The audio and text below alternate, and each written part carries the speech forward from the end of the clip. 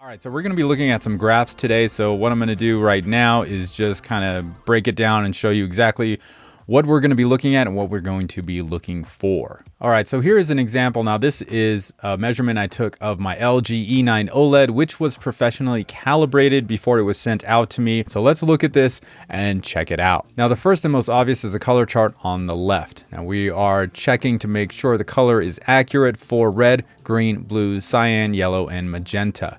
Essentially, you want the dots to be in the boxes, but on the lines is also okay. But ideally, we want to have all the dots in all the boxes. That's pretty much that for the color chart. Now the middle says RGB balance, and this is our white balance chart. From left to right, we have dark to bright. Now what happens is a pattern generator displays a 10% rectangle on the screen in different levels of brightness and compares the amount of red, green, and blue in each individual reading. Ideal for each brightness level is to have red, green, and blue at 100. To the right, we have EOTF, which is our gamma curve.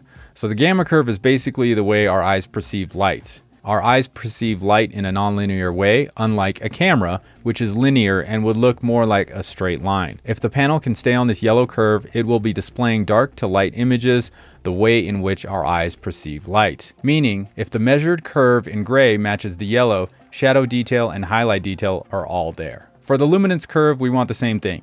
The gray measured line should match up with the yellow line. And you're going to see other measurements where they totally did not match up. So don't worry about not seeing a gray line right now. You'll see plenty of those in a minute. The delta E charts in the middle show the amount of error. Top for white balance, bottom for color accuracy. We want these numbers to be as low as possible. If we can get the average delta E to be 3 and below, that's good. Our eyes will not be able to perceive the errors when below the average of 3. Now the target average delta E for reference monitors for professionals is 1 or below.